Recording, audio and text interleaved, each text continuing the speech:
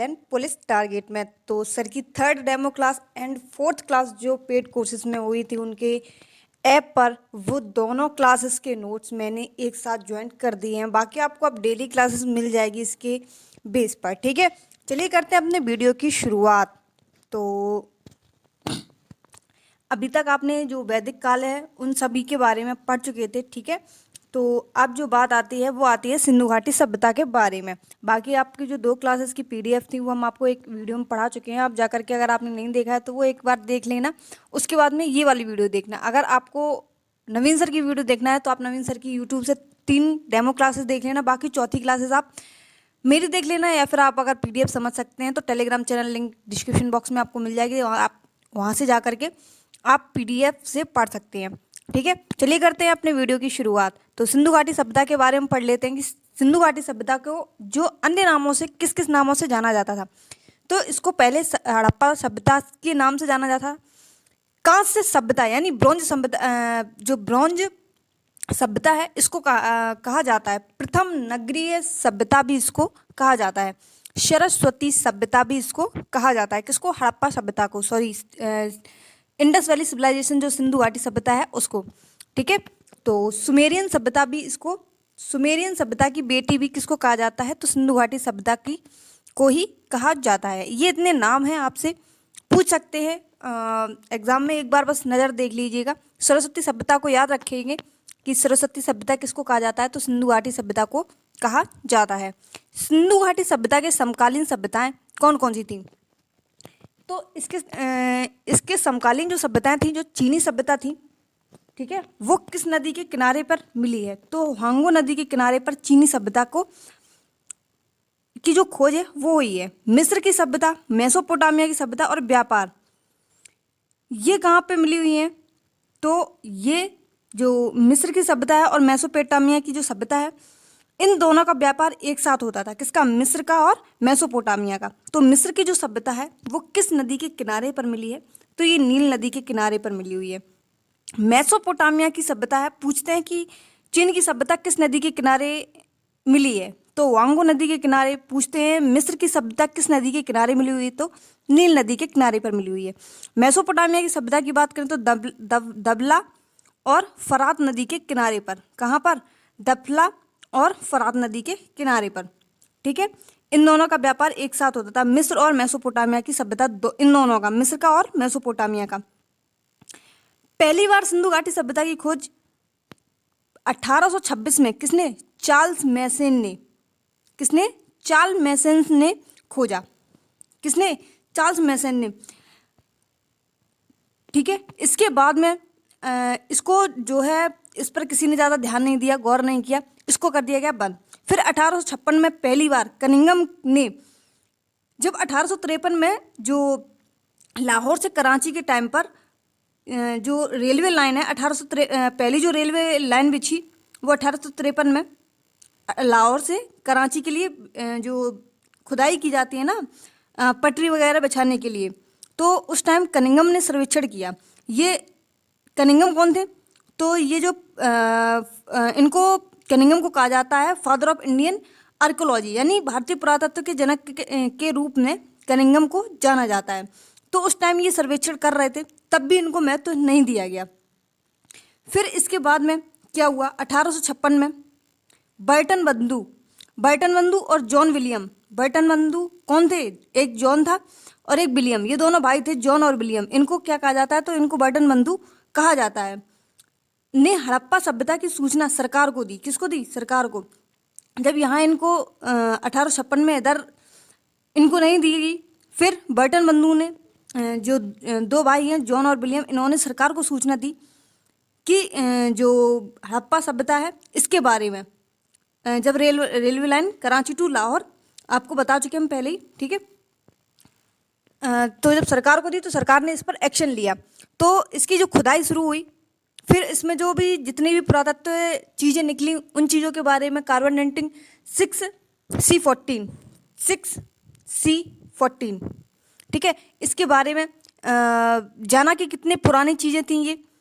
तो carbon dating की वजह से चीज़ों का पता लगाया जाता है। आपको पता है जितनी भी पुरानी चीज़ें होती हैं, जैसे 1500 साल पुरानी जो चीज़ें होती हैं, उनको पता लगाने के लिए कार्बन डेटिंग का प्रयोग किया जाता है। ये क्वेश्चन हर एक साल किसी न किसी भी एग्जाम में पूछा जाता है, चाहे छोटा से छोटा हो या फिर बड़ा से बड़ा हो। अगर टाइम पीरियड की बात करें, समय काल की, तो जो सिंधु घाटी सभ्यता है, इसकी जो टाइम पीरियड की बात करें तो 2500 से 1750 बीसी तक इसका जो कार्यकाल है, ये बहुत इंपॉर्टेंट है। ये सभी ज़्यादातर एग्जामों में पूछा जाता है।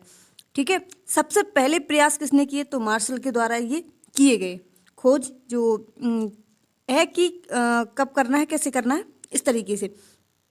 सबसे प्राचीन नगर कौन सा था? तो भिरवाड़ा था। कौन सा? भिरडाड़ा, जो कि हरियाणा में स्थित है। ये कब खोजा गया? तो ये 2014 में ये इसकी जो खोज हुई वो हुई, अभी हुई है कुछ टाइम पहले। ठीक है, फिलहाल 2023 चल रही है, 2014 में इसकी खोज की गई। प्राचीन नगर जो है भिरडाड़ा में। ठीक है, सबसे बड़ा नगर किसको कहा जाता है? तो सबसे बड़ा जो नगर है वो रार्तीगढ़ी को कहा जाता है। किसको? रार्तीगढ़ी, जो कि हरियाणा में, ये भी और भिरनाड़ा भी। ठीक है, कुछ अटपटे से नाम आपको लग रहे होंगे, लेकिन आपको ये नाम जो है वो आपको 2 से 3 बार आप पढ़ेंगे तो आपको तुरंत आ जाएंगे। एक भिरनाड़ा है, एक रार्तीगढ़ी है। सबसे बड़ा जो हड़प्पा म्यूजियम है वो 7500 बीसी पुराना है। कौन सा है? 7500 बीसी पुराना है। इसके बाद में अगर बात करें क्षेत्रफल की, तो जो हड़प्पा सभ्यता की जो फैला हुआ है वो कितने वर्ग में फैला हुआ है? तो ये 12,99,600 वर्ग किलोमीटर में फैला हुआ है। लगभग 13 लाख वर्ग की बात कर सकते हैं, लगभग 13 लाख वर्ग किलोमीटर में ये फैला हुआ है। 1947 तक कितने स्थल खोजे गए थे? 40 स्थल खोजे गए थे। लेकिन 1947 के बाद में इन चीज़ों के बारे में लोगों ने और जागरूकता दिखाई। उसके बाद 2014 तक, ज़्यादा डिस्टेंस नहीं है, 1947 से 2014 तक कम से कम लगभग 2800 स्थल खोजे गए। कितने? 2800। एग्जाम में पूछते हैं कि अब तक सिंधु घाटी सभ्यता में कितने स्थलों की खोज हो चुकी है, तो लगभग 2800 स्थल खोजे जा चुके हैं।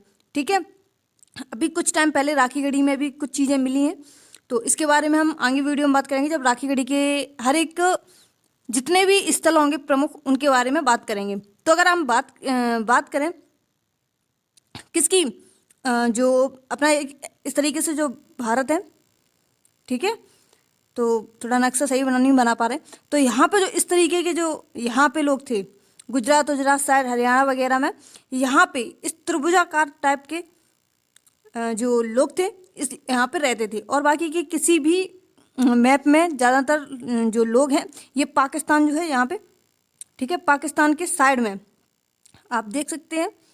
अरे मेरे से तो बन भी नहीं रहा। ठीक है, तो यहाँ पे गुजरात वगैरह, हरियाणा वगैरह जितने भी स्टेट हैं, ये पाक वाले एरिया में। बाकी आप यहाँ पे ऊपर भी नहीं जाएंगे, यहाँ कहीं पे भी आपको जो है सिंधु घाटी सभ्यता का कोई भी जो वर्णन है वो कहीं पे भी नहीं मिलता है। तो इसको जो माना जाता है कि इसका आकार क्या है, तो आकार इसका त्रिभुजाकार है। समाज कैसा था?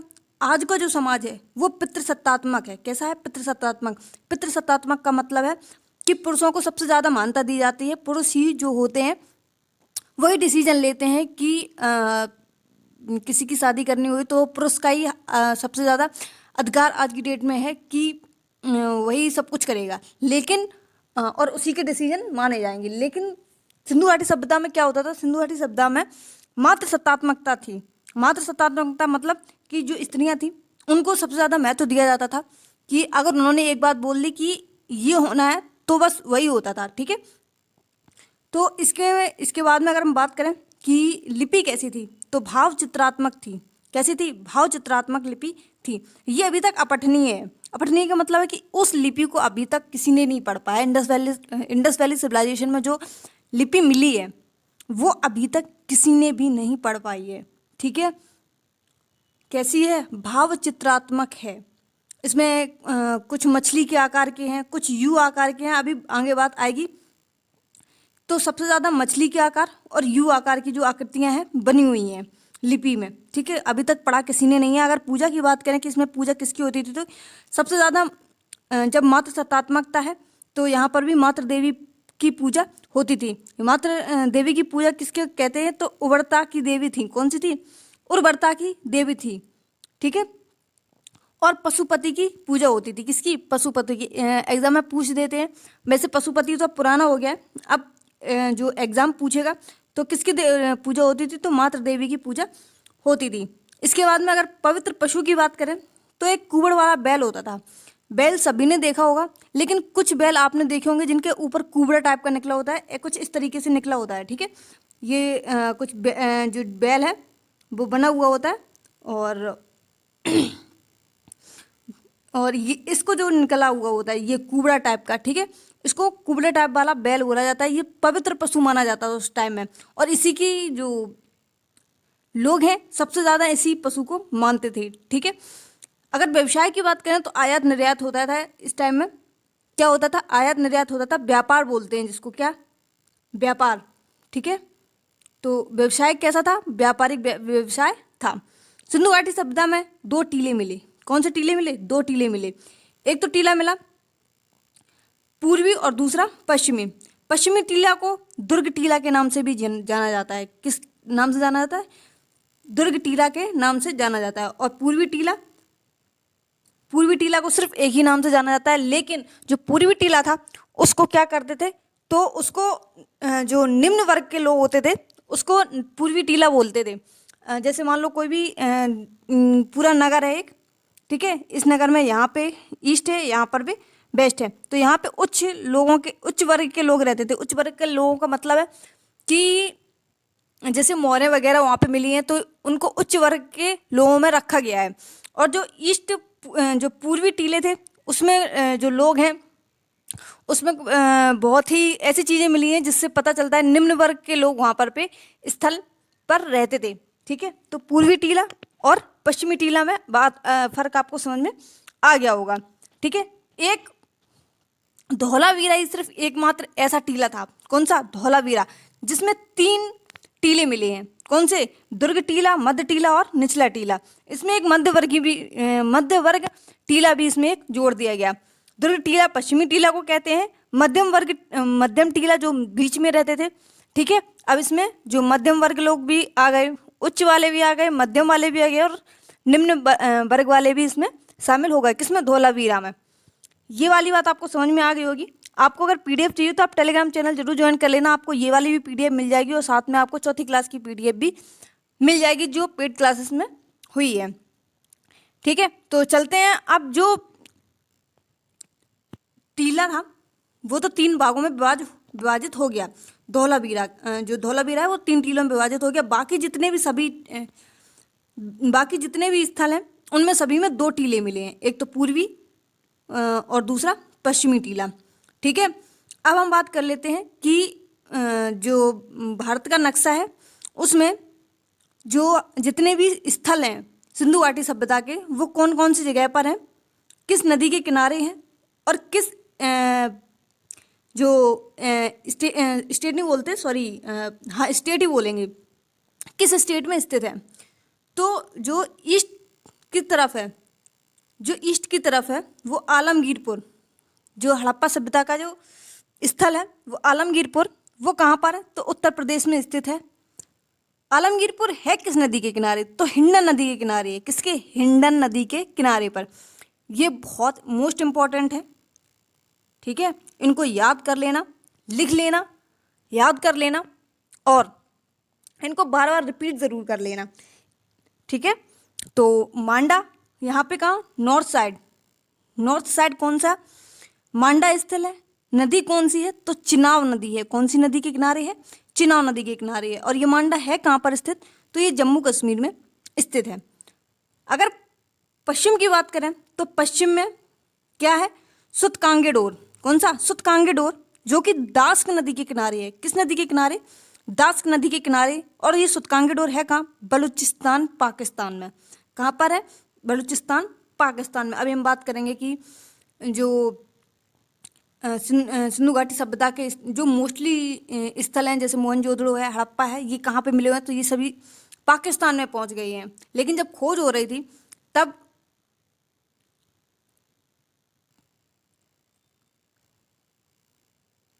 और दैमाबाद जो साउथ की तरफ है, साउथ की तरफ कौन सा है? तो दैमाबाद है, जो कि अहमदनगर महाराष्ट्र, कहाँ पे? अहमदनगर महाराष्ट्र में स्थित है। और ये दैमाबाद है किस नदी के किनारे? तो प्रवरा नदी के किनारे है। ये नदियाँ जो हैं इसमें ये बहुत इंपॉर्टेंट रोल निभाती हैं, और ये जो स्टेट हैं वो भी, ठीक है। और ये जो स्थल है कि दैमाबाद कहाँ पर है, तो ये साउथ की तरफ है, यानी दक्षिण की तरफ है। किस नदी के किनारे है? तो प्रवरा नदी के किनारे है। कौन सी जगह पर स्थित है? तो अहमदनगर महाराष्ट्र में ये स्थित है। अब बात करते हैं किसकी? सिंधु घाटी सभ्यता के स्थल की। हमने अभी बताया आपको जितने भी स्थल हैं अभी, जैसे हड़प्पा है, मोहनजोदड़ो है, ये सभी पाकिस्तान में स्थित हैं। और भी हैं, आएंगे सभी बताएंगे, लाइन से चलेंगे एक एक कि कौन सी नदी के किनारे हैं, किसने खोज की, कब खोज की, ठीक है। तो सबसे पहले बात जो आती है वो आती है हड़प्पा सभ्यता की। किसकी? हड़प्पा सभ्यता की। अभी हम 2 बार बता चुके हैं कि ये कहाँ पे है, पाकिस्तान में है। 1921 में, कब? 1921 में रावी नदी के किनारे क्वेश्चन पूछा गया है यूपीएससी में कि रावी नदी के किनारे किस तरफ हड़प्पा सभ्यता मिली है? तो बाएं तट पर मिली है। किस तट पर? बाएं तट पर मिली है, ठीक है।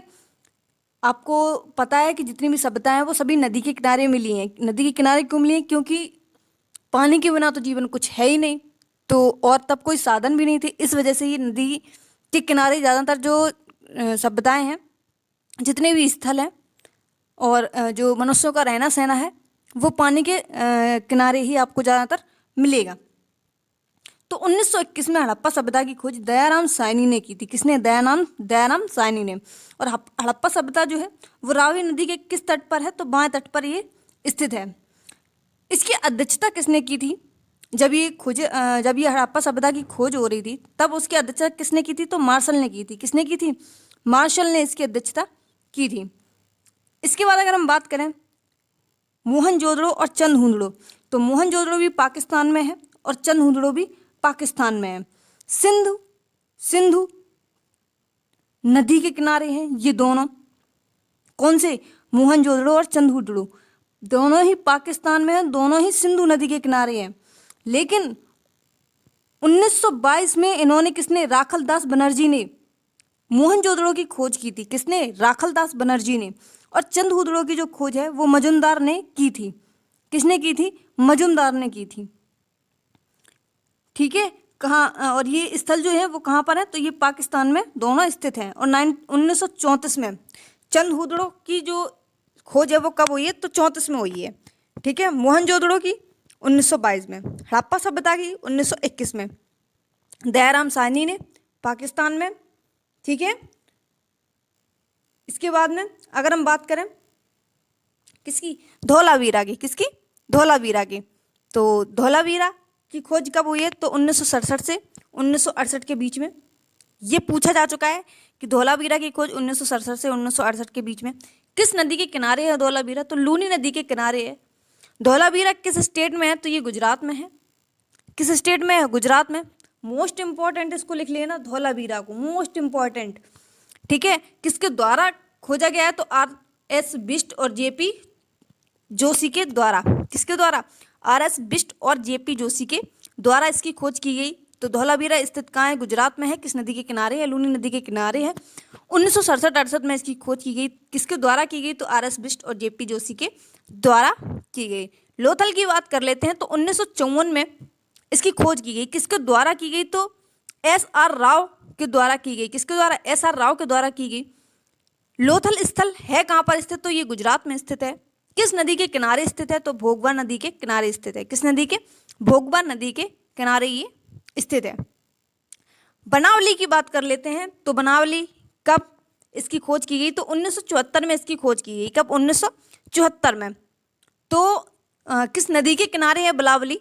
तो बनावली ये सरस्वती नदी के किनारे है, जिसको दसदती कहा जाता था उस टाइम। क्या कहा जाता था? दसदती। लेकिन आज की डेट में सरस्वती तो लुप्त हो चुकी है, ठीक है। पूछा जाता है कोणार्क मंदिर जो है वो किस नदी के किनारे स्थित है? तो सरस्वती नदी के किनारे स्थित है, ठीक है। ये भी क्वेश्चन जो है वो अभी कुछ टाइम पहले CHSL में पूछा गया था, जब नए नोट जारी किए गए थे तब की बात है। और ये किसने खोजा था? तो RS बिष्ट ने खोजा था। और बनावली है कहाँ पर? तो ये हरियाणा में है। कहाँ पर है? हरियाणा में स्थित है। क्या? बनावली, कालीबंगा की बात कर लेते हैं तो मोस्ट इम्पॉर्टेंट ये क्वेश्चन है। कालीबंगन जो है वो कहाँ पर स्थित है? राजस्थान में स्थित है। घग्गर नदी के किनारे स्थित है कालीबंगन। 1953 में किसने इसकी खोज की थी? तो अमलानंद घोष ने और बी के थापर ने की थी। कब की थी? अमलानंद घोष ने 1953 में इसको खोजा। फिर 1960 में बी के थापर ने इसमें अपना सहयोग दिया। ठीक है। और कालीबंगा है किसके नदी के किनारे? तो घग्गर नदी के किनारे स्थित है। कालीबंगा स्टेट में किसके है? तो राजस्थान के स्टेट में स्थित है। रोपड़ की बात कर लेते हैं। रोपड़ भी बहुत इंपॉर्टेंट क्वेश्चन है। रोपड़ से भी बहुत क्वेश्चंस बन चुके हैं। किस नदी के किनारे है? तो सतलज नदी के किनारे स्थित है रोपड़। किस स्टेट में स्थित है रोपड़? तो पंजाब में स्थित है। कब इसकी खोज की गई? तो 1953 में खोज की गई। किसके द्वारा की गई? तो बाई डी शर्मा के द्वारा इसकी खोज की गई। किसके द्वारा? बाई डी शर्मा के द्वारा इसकी खोज की गई। राखीगढ़ी की बात कर लेते हैं। तो राखीगढ़ी किस नदी के किनारे है? घग्गर नदी के किनारे है। राखीगढ़ी है किस स्टेट में? तो ये हरियाणा में है। इसकी खोज कब की गई? तो 1963 में की गई। इसमें ये नहीं बता सकते कि इसकी जो खोज है वो किसी एक पर्सन ने नहीं की है, 4-5 लोगों ने मिलके की थी राखीगढ़ी में। जो उसके जो जितने भी तत्व वहाँ पे पाए गए, ठीक है, तो इसका एक मोस्टली किसी को नहीं जाता है। सुरकांगेडोर की बात करें, सॉरी सुरकोटजा, सुरकोटजा, ठीक है, की बात करें तो 1964 में किसने? सादीकौर नदी के पास में, ये इंपॉर्टेंट होता है, सादीकौर नदी के पास में गुजरात, कहाँ पे? गुजरात में सुरकोटजी 1964 में सादीकौर नदी के पास में गुजरात में किसके द्वारा? जेपी जोशी के द्वारा इसकी खोज की गई। ठीक है, ये सादीकौर नदी याद रखेंगे। अब अन्य स्थल की बात कर लेते हैं, जैसे कि पाकिस्तान। पाकिस्तान में कौन कौन से और स्थल हैं जिनके द्वारा जो इंडस वैली सिविलाइजेशन, जहाँ पे उनके कुछ साक्ष्य जो हैं वो मिले हैं। बहुत फेमस नहीं है लेकिन हाँ फेमस हैं, कुछ चीज़ें हैं जो वहाँ पे मिली हुई हैं। अगर हम बात करें तो आप देखेंगे जैसे अमरी है, अमरी एक स्थान है। कोट दीजी है, ठीक है, कौन सा? कोट दीजी, ये कहाँ पर है? पाकिस्तान में स्थित है। अल्लाह दीनो स्थल कहाँ पर है? पाकिस्तान में स्थित है। गड़ेरी वाला कहाँ पर है?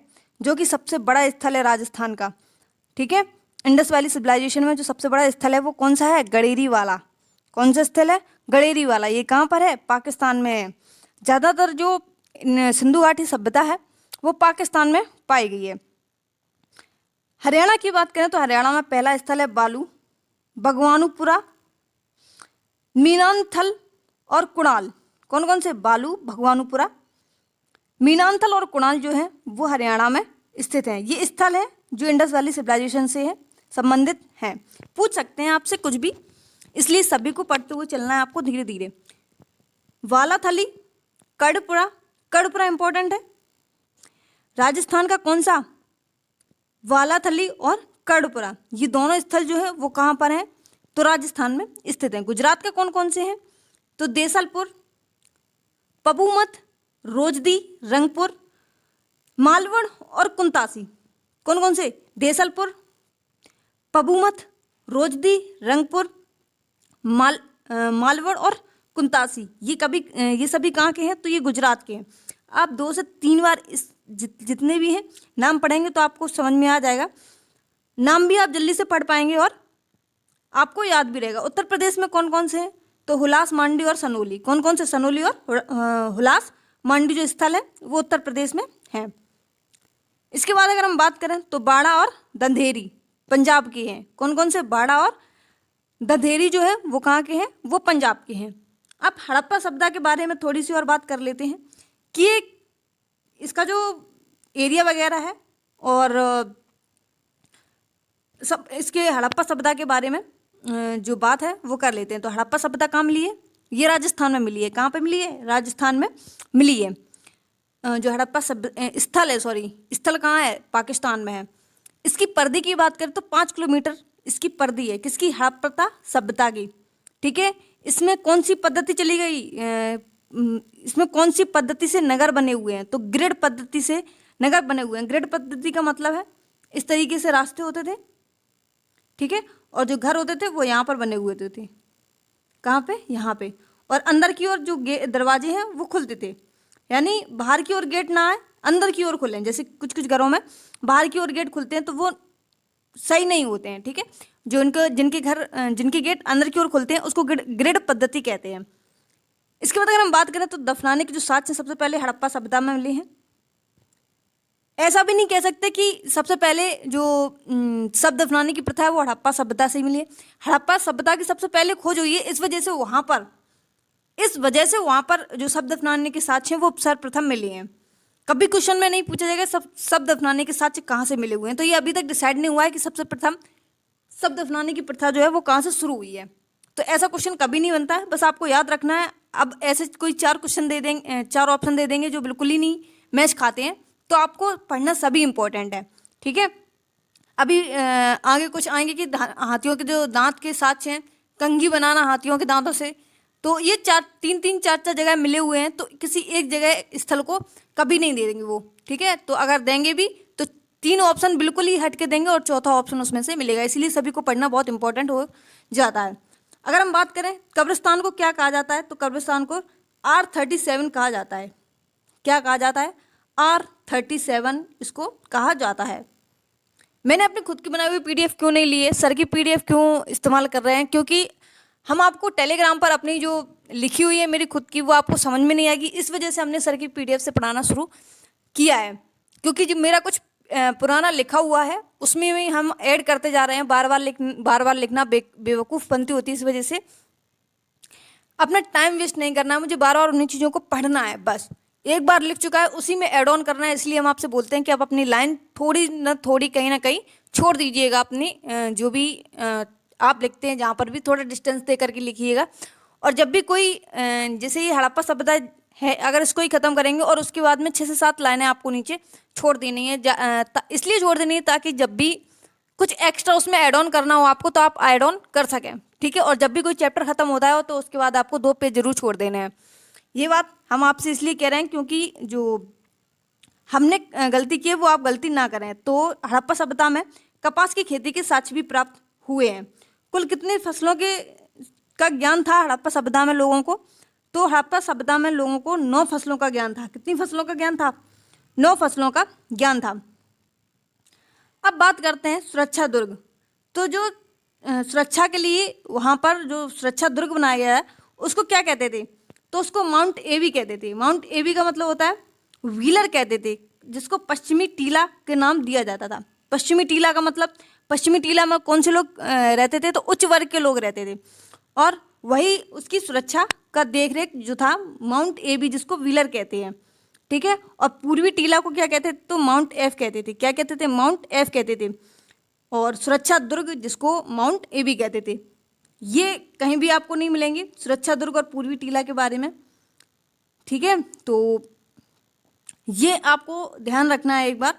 और मुद्रा बनाने में किसका उपयोग होता था? तो सेल खड़ी का उपयोग होता था। सेल खड़ी का मतलब समझते हो, जो चौक टाइप का होता है ना, उस चौक को जिस तरीके से चौक बनती है ना उसी तरीके से सेल खड़ी बनती थी, तो उसी को सेल खड़ी कहते थे। तो उसी की जो मुद्रा है वो बनाई जाती थी।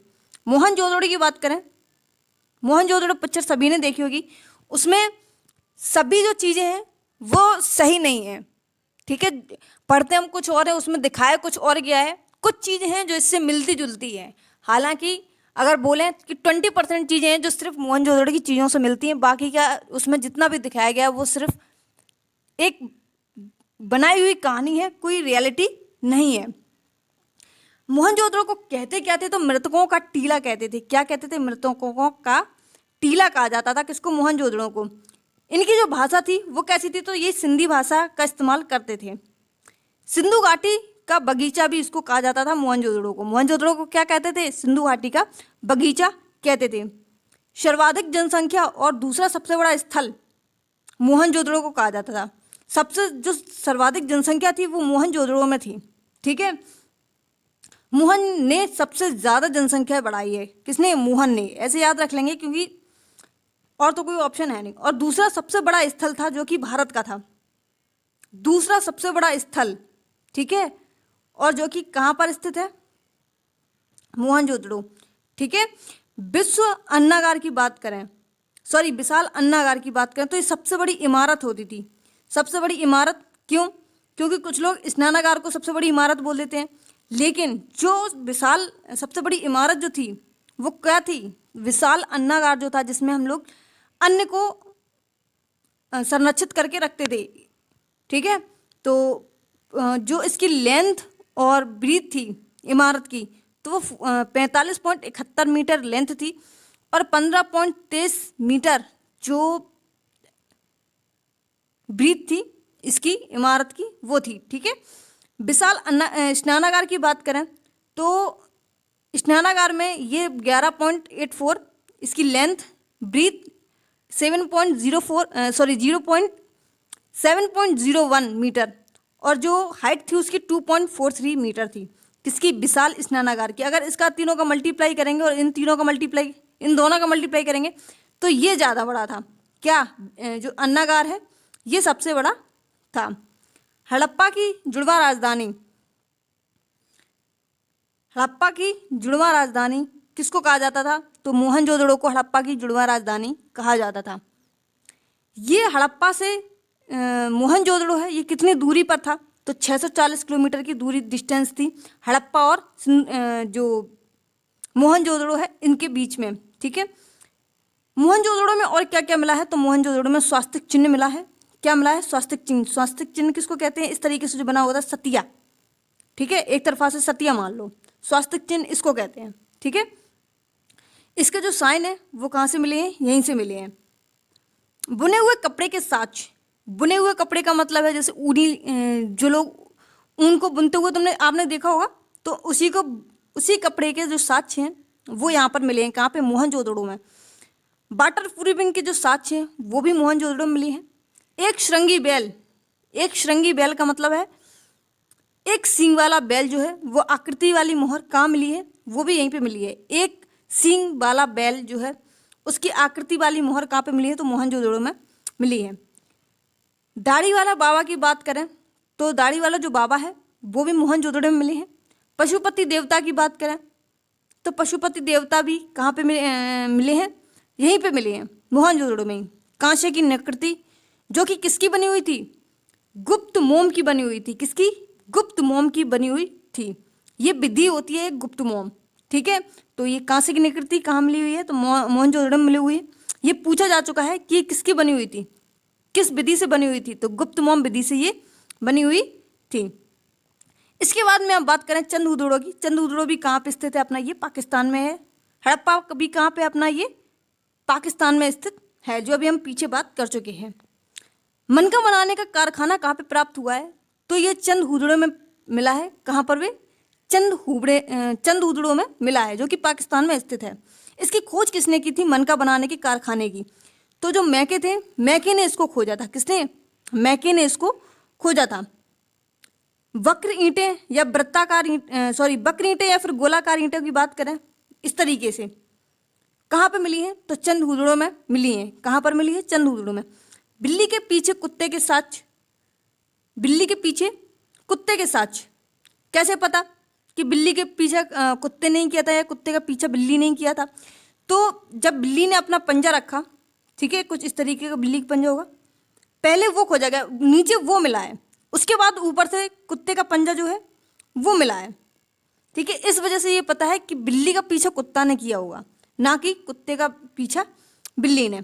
इस तरीके से इन चीज़ों को पता लगाया गया है, क्योंकि जो बिल्ली का पंजा होगा वो नीचे मिला होगा और जो कुत्ते का पंजा है वो उसके ऊपर मिला होगा। इस वजह से पता चला है कि जो बिल्ली के पीछे कुत्ता का पद चिन्ह है वो चंद्रहुदड़ो में मिला हुआ है, पद चिन्ह जो बोलते हैं।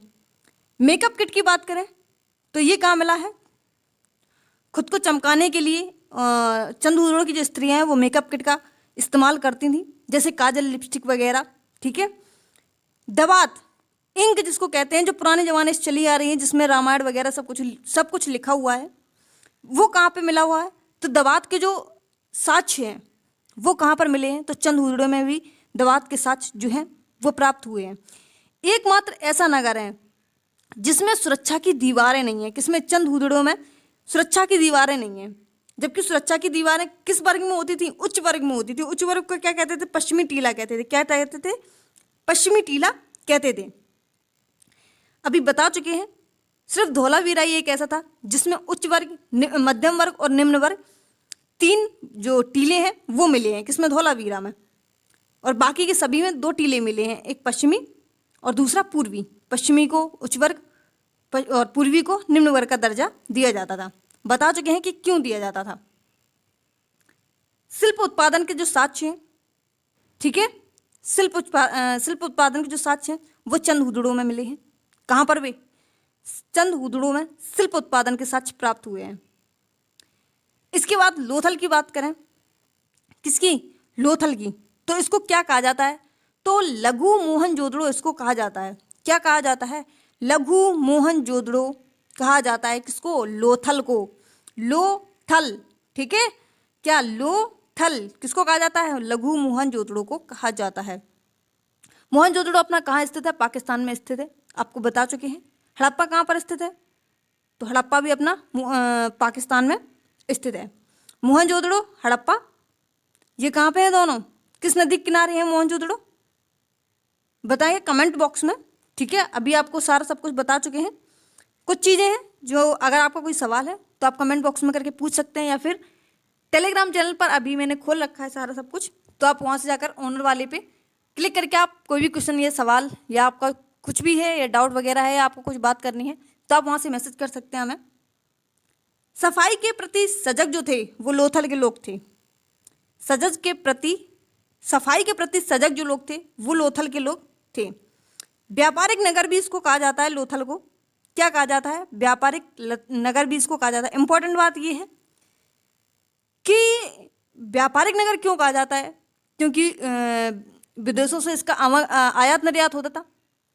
आयात निर्यात होता क्यों था? तो वहाँ पे जायज़ सी बात है कि बंदरगाह भी होगा कोई, और बंदरगाह था कौन सा? तो गोदीवाड़ा का बंदरगाह था। कौन सा था? गोदीवाड़ा बंदरगाह था। विश्व का सबसे प्राचीनतम बंदरगाह गोदीवाड़ा बंदरगाह को कहा जाता है।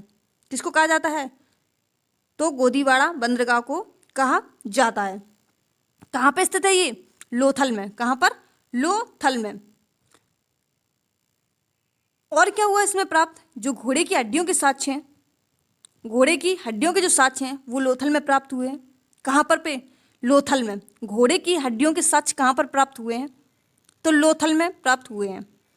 शतरंज के खेल के साक्ष्य किस में प्राप्त हुए हैं? तो शतरंज के खेल के जो साक्ष्य हैं वो लोथल में प्राप्त हुए हैं। शतरंज में कितनी जो खाने टाइप के होते हैं इस तरीके से बने हुए होते हैं, तो 2 पक्ष होते हैं जिसमें ब्लैक और वाइट कलर के जो खाने बने हुए होते हैं वो एक साइड 32 होते हैं, और पूरे शतरंज की बात करें तो 64 होते हैं। ये क्वेश्चन पूछा जा चुका है कि शतरंज में कितने खाने होते हैं, तो कितने खाने होते थे? 64 खाने होते हैं। और एक व्यक्ति के पास में कुल कितने खाने होते थे? तो 32 खाने होते थे एक लोगों के पास में। एक लोगों के पास ब्लैक डॉट कितने होते थे? तो 16 होते थे। वाइट डॉट की बात करें तो वो भी 16 होते थे। आपको बात इतनी समझ में आ गई होगी। अगर आपने चेस देखा होगा तो आपको ये बात पता होगी।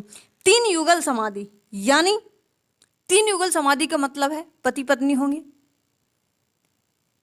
खत्म हो गए होंगे।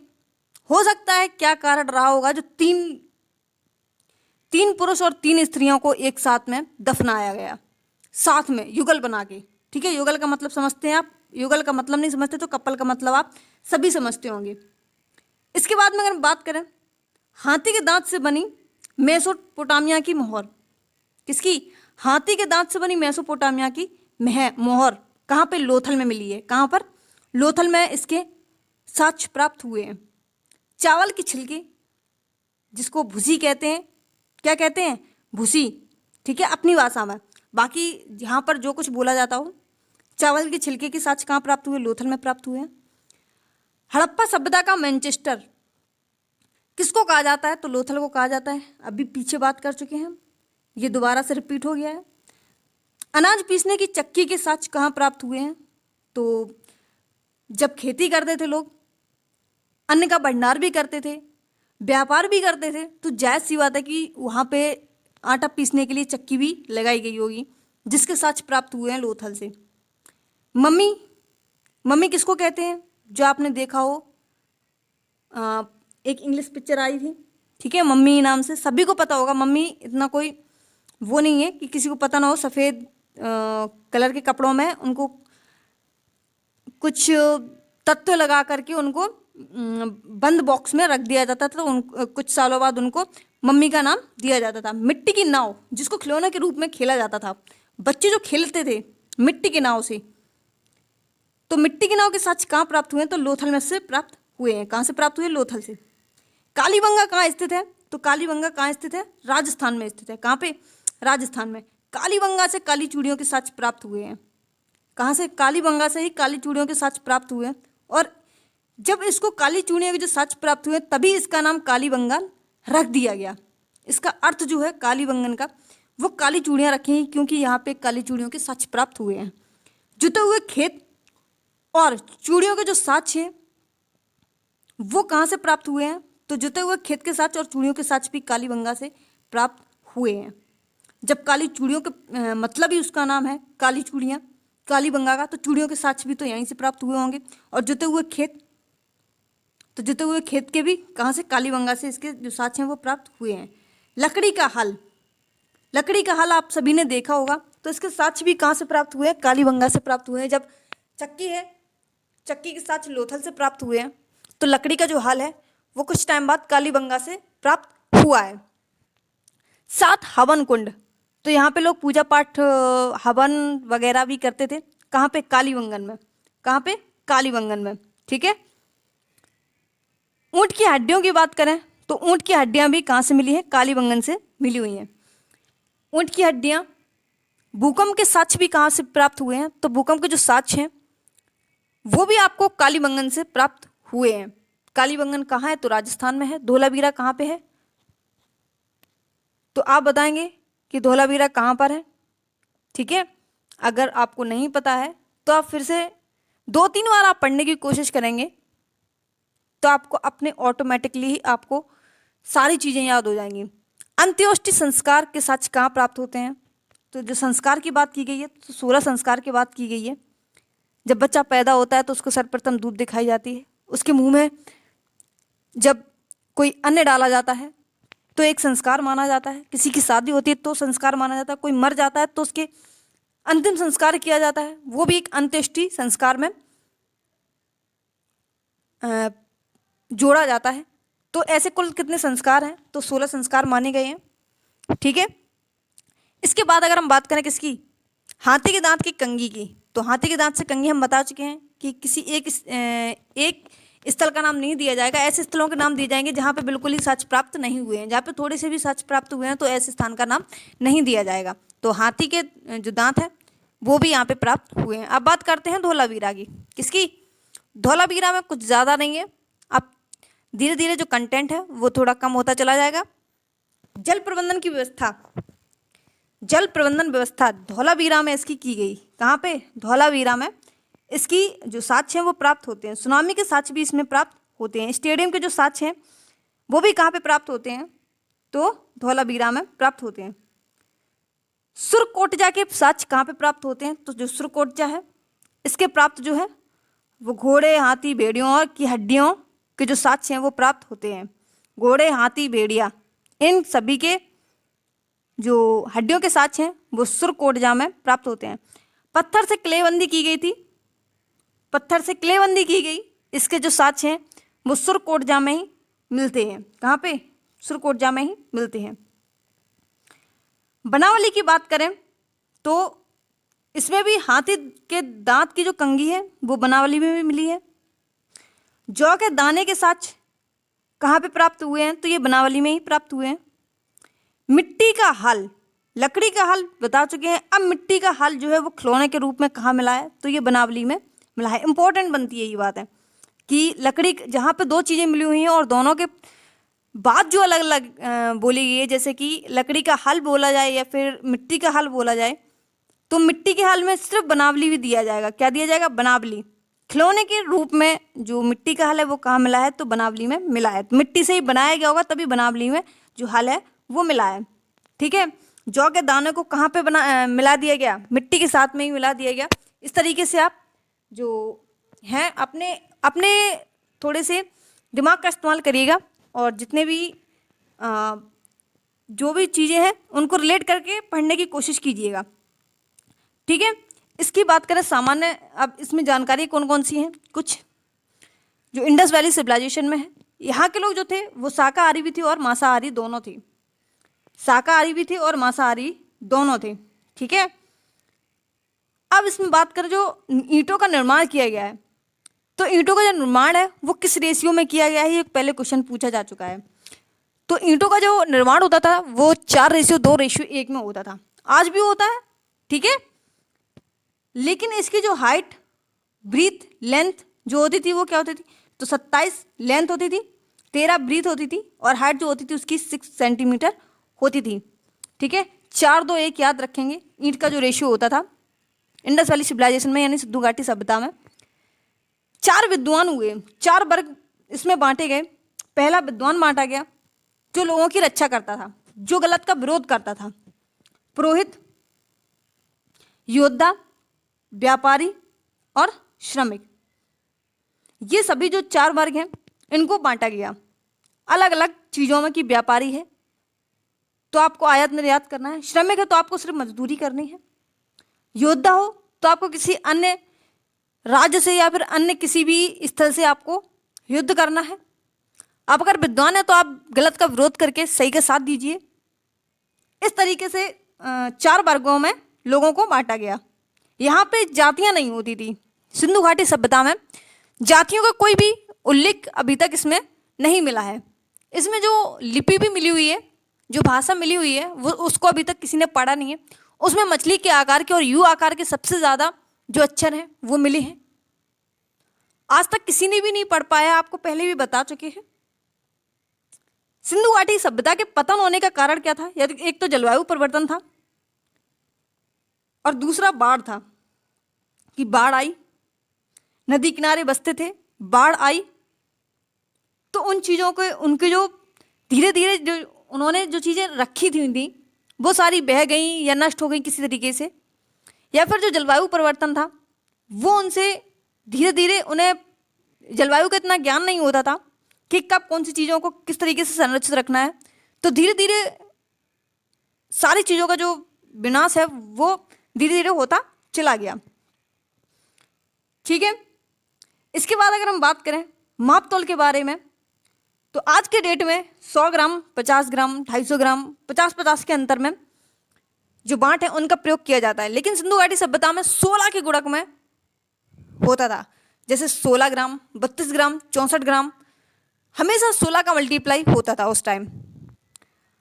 हड़प्पा सभ्यता की लिपि के बारे में बात करें तो लगभग 400 अक्षर, कितने, लगभग 400 अक्षर पाए गए हड़प्पा सभ्यता की लिपि में। आपको पता है कि हड़प्पा सभ्यता की लिपि अभी तक किसी ने नहीं पढ़ पाई है। वैदिक सभ्यता की बात करें तो वैदिक सभ्यता को 2 भागों में बांटा गया था, एक तो पूर्व वैदिक काल और एक उत्तर वैदिक काल में। आप सभी को पता है कि 2500 से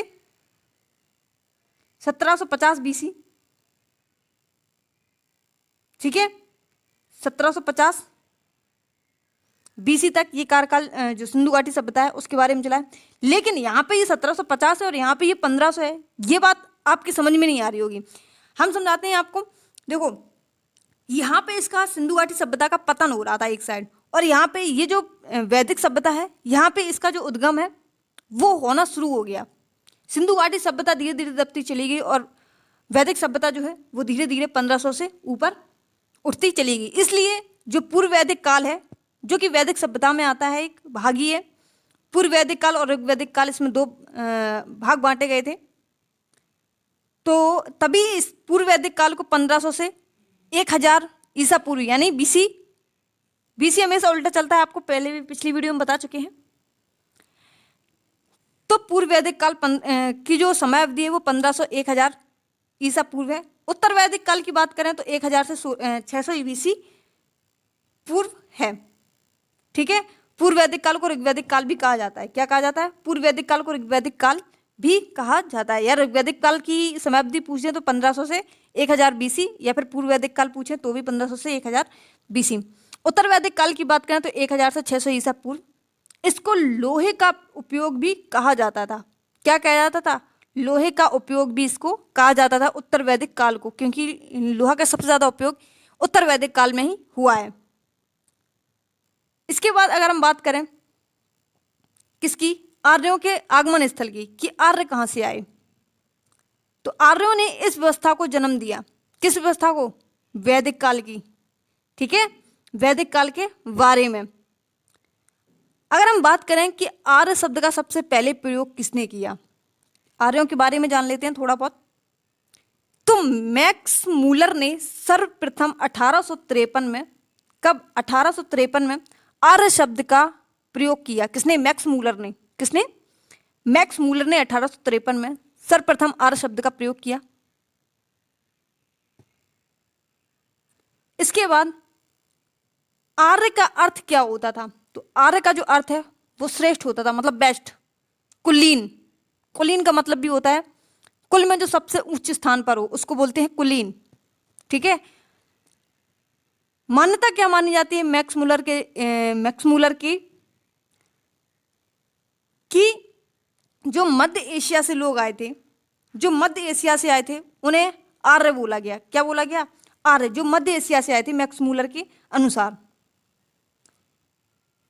ठीक है। इसके बाद में एडवर्ड मेयर ने क्या बोला कि जो पामीर के पठार है, पामीर के पठार से आए हुए लोग जो हैं, एडवर्ड मेयर ने क्या बोला, पामीर के पठार से जो लोग आए हुए हैं उन्हें हम आर्य बोलते हैं। आर्य कहाँ से आए हैं, तो ये सबके अलग अलग तथ्य रहे हैं, थोड़ा सा पढ़ने में कुछ नहीं जाता है, हो सकता है शायद क्वेश्चन आपका यहाँ से बन जाए। एडवर्ड मेयर ने कहाँ से बोला कि आर्य जो आए हैं वो पामीर के पठार से आए हुए हैं। पेन का हर्थ ने क्या बोला कि नहीं, जो जर्मनी से आए हुए हैं, जो जर्मनी से आए हुए हैं उन्हें हम आर्य बोलते हैं। क्यों, क्योंकि उनकी जो शारीरिक समानता है वो वहाँ के लोगों से मैच करती है, इस वजह से उनको आर्य बोलते हैं। आर्य कहाँ से आए हैं, तो जर्मनी से आए हैं। दयानंद सरस्वती ने क्या बोला कि ये तिब्बत से आए हैं। कहाँ से आए हैं, तिब्बत से आए हैं। गाइल्स ने गाइल्स ने क्या बोला कि ये हंगरी से आए हुए हैं। तिलक ने बोला नहीं, ये उत्तरी ध्रुव से आए हुए हैं।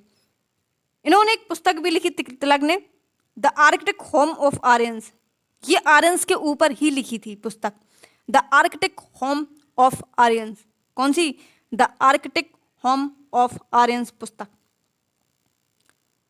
आर्यों का पंचजन, आर्यों के लोगों के जो भी वर्ड थे, ठीक है, जो वर्ड थे कि क्या किसको बोलते थे, तो जो राष्ट्र था, आर्य ने जो राष्ट्र नाम दिया वो सबसे बड़ी इकाई थी। सबसे बड़ी इकाई क्या थी, तो राष्ट्र थी। जन किसको बोलते थे, तो जनपति को बोलते थे। विश्व किसको बोलते थे, तो विश्वपति को बोलते थे। ग्राम किसको बोलते थे, ग्राम का जो प्रधान होता था, ग्रामीणी जिसको बोलते हैं आज की डेट में प्रधान, वो। कुल किसको बोलते थे, तो सबसे छोटी इकाई जो होती थी कुलपति की उसको बोलते थे कुल। सबसे छोटी इकाई कुल, सबसे बड़ी इकाई राष्ट्र। ये दो चीजें बहुत इंपॉर्टेंट है, याद रखेंगे। पूर्व वैदिक काल की विशेषताओं की बात करें तो इसमें मांसाहारी और शाकाहारी, जिसको हम सर्वाहारी बोलते हैं, ओमनीवोरस बोलते हैं इंग्लिश में, नॉन वेजिटेरियन मांसाहारी, वेजिटेरियन शाकाहारी। तो पूर्व वैदिक काल में जो दोनों चीजें खाते थे उनको सर्वाहारी का नाम दिया गया। खाद्य पदार्थ की बात करें कि जो आर्यंस थे वो खाद्य पदार्थों को किस भाषा में बोलते थे, ठीक है। तो जो खाद्य पदार्थ होते थे उनको करब बोलते थे। क्या बोलते थे, करब। ये करब वो वाली नहीं जो जानवरों के लिए बनाई जाती है, ठीक है। ये बाजरा के जो पेड़े होते हैं उनमें से बाजरा के ऊपर की कली काट ली जाती है, जो नीचे का पोर्शन बचता है उनको इकट्ठा करके पूरा टाइप का बना लिया जाता है, उनको ही हम बोलते हैं क्या, करब। तो ये खाद्य पदार्थ जो होते हैं ये वो वाली करब नहीं है, ये फूड को करब बोलते थे। क्या बोलते थे, करब। तो उसी वर्ड से ये जो अपने देसी भाषा में करब का जो उच्चारण है वो लिया जाता है खाद्य से, ठीक है। यवांगु किसको बोलते थे, तो जौ का दलिया जो होता था, यवांगु किसका बोलते हैं, जौ का जो दलिया होता था उसको बोलते हैं। यब किसको बोलते हैं, तो जौ को बोलते हैं। किसको, यब किसको बोलते हैं, जौ को। और यवांगु जो जौ का दलिया होता था उसको बोलते हैं। धन्व किसको बोलते थे, मरुस्थल को बोलते थे। ध्यान रखेंगे, धन्व किसको बोलते थे, तो मरुस्थल को बोलते थे। अदन्या किसको बोलते थे, तो अदन्या गाय को बोलते थे। ठीक है, अदन्या सभी को पता होगा। भाषा की बात करें तो इनकी भाषा कैसी थी? संस्कृत भाषा थी। लिपि की बात करें तो ये किस लिपि में बात करते थे? तो ब्राह्मणी लिपि थी। ठीक है, भाषा, ये लिपि का मतलब होता है जो लिखते हैं, ये लोग लिखते किस भाषा में है? तो ब्राह्मी लिपि में लिखते हैं। और बोलते किस में है? तो ये संस्कृत भाषा में बोलते थे। परावत किसको बोलते थे? तो समुद्र को बोलते थे। किसको बोलते थे? समुद्र को बोलते थे। बैकनाट किसको बोलते थे? तो सुदर तोर को बोलते थे। किसको? सुदर तोर को। बैकनाट किसको बोलते थे? सुदर तोर को बोलते थे। उर्वरा किसको बोलते थे? तो उर्वरा आपको सभी को पता है कि कृषि भूमि को बोलते हैं। ठीक है, अतना किसको बोलते थे? तो बंजर भूमि को बोलते थे अतना। ठीक है, खिल्ली किसको बोलते थे? तो कृषि भूमि के बीच जो भूमि होती थी, जैसे कि अभी आपने देखी होगी, जिसको मेड़ बोलते हैं, तब भी होती थी मेड़, तो उसको तब क्या बोलते थे? तो खिल्ले बोलते थे। क्या बोलते थे? खिल्ले बोलते थे। ठीक है, लांगल किसको बोलते हैं? तो लांगल बोलते थे हल को। ये इंपॉर्टेंट है। लांगल किसको बोलते थे? हल को बोलते थे। किनाश किसको बोलते थे? तो किनाश किसान एक ही जैसा लग रहा है, सिर्फ सा और ना का अंतर है, इधर से उधर कर दिया, उधर से इधर कर दिया। समझ जाएंगे आप, एक बार पढ़ेंगे, दो बार पढ़ेंगे, आपको दोबारा पढ़ने की जरूरत नहीं पड़ेगी। कुल्ला किसको बोलते थे? तो कुल्ला किसको बोलते थे? नहर को बोलते थे। सुरा किसको बोलते थे? जिसको हम सोमरस भी बोलते हैं, पवित्र पेय बोलते हैं, जिसको त्याज्य पदार्थ बोलते हैं, जैसे मंदिरा, शराब हो गया। उस टाइम शराब नहीं चलती थी, मदिरा चलता था, उसको ही बोलते हैं पवित्र पेय। ठीक है, इसको पवित्र भी माना जाता था, लेकिन त्यागने योग्य भी इसको माना जाता था। बप्ता की बात करें तो जो नाई होता था, बाल काटने वाला होता था, तो उसको बोलते थे बप्ता। वस्त्र की बात करें तो ऊन, सूत, मृगचर्म, इन सभी को वस्त्र बोलते थे। इन सभी से मिलकर जो बनता था उनको क्या बोलते थे? वस्त्र बोलते थे। चाहे वो सूत के हो, चाहे वो ऊन के हो, चाहे वो मृगचर्म का हो। मृगचर्म का मतलब होता है क्या? जानवरों की खाल से बने हुए जो वस्त्र होते थे, उनको वस्त्र बोलते थे। भाषा आप सभी को बता चुके हैं कि ब्राह्मणी लिपि थी और भाषा संस्कृत थी। अब जो सर ने पढ़ाया हुआ है, जो इस तरीके से पीडीएफ है, वो भी आपको जो टेलीग्राम चैनल है वहाँ आपको मिल जाएगा।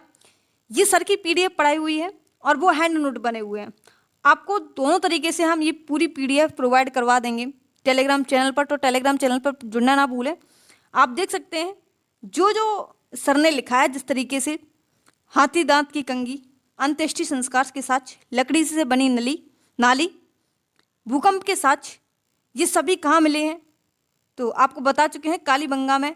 चूड़ियों के साक्ष्य भी कहाँ मिले हैं? यहीं पे मिले हैं। लकड़ी का हल भी कहाँ मिला है? 7 कुंड भी कहाँ पे मिले हैं? तो कालीबंगा में मिले हैं। ये सभी आपको हमने अभी बता दिया है। जितनी भी चीज़ें हैं आप देख सकते हैं, आपको मिल जाएंगी सभी टेलीग्राम चैनल पर, तो जुड़ना ना भूलें हमारे साथ। और जितने भी क्लासेस होती हैं सभी की पीडीएफ हम आपको शाम को अपलोड कर देते हैं। कल से उम्मीद करते हैं हम जल्दी से वीडियो अपलोड कर दिया करेंगे, क्योंकि थोड़ा सा टाइम लग जाता है। और हमने कोशिश की थी कि पॉलिटी की हम सुबह क्लासेस लें, लेकिन कुछ फ़ोन में गड़बड़ी होने की वजह से क्लासेस नहीं ले पाए हैं। इस वजह से हमने शाम को ये वीडियो बनाने की कोशिश की, तो ये सही चला है, तो हमने इसकी वीडियो बना दी है। मिलते हैं अपने नेक्स्ट वीडियो में, तब तक के लिए जय हिंद, जय भारत। चैनल को सब्सक्राइब एंड वीडियो को लाइक करना ना भूलें एंड शेयर ज़रूर कर देना अपने दोस्तों तक। जो लोग नवीन सर की वीडियो या फिर पीडीएफ से पढ़ना चाहते हैं उनसे ज़रूर कांटेक्ट कर देना, क्योंकि हम टेलीग्राम पे सभी पीडीएफ अपलोड कर देते हैं हर एक क्लास की। अगर आपको भरोसा नहीं है तो आप एक बार चैनल से जुड़कर देखिए, आपको डेली पता चल जाएगा। थोड़ा लेट जरूर मिलेगा, लेकिन मिल जाएगा। ठीक है, क्योंकि टाइम हमें भी नहीं मिलता है, हम भी अपनी क्लासेस कंप्लीट करते हैं थोड़ा सा। ठीक है, उसके बाद वीडियो बनाना, पीडीएफ को डाउनलोड करके उसको शेयर करना, डाटा की भी ज़रूरत पड़ती है। ऐसा नहीं है कि डाटा थोड़े बहुत में काम चल जाता हो। ठीक है, तो मिलते हैं अपने नेक्स्ट वीडियो में, तब तक के लिए जय हिंद, बाय बाय।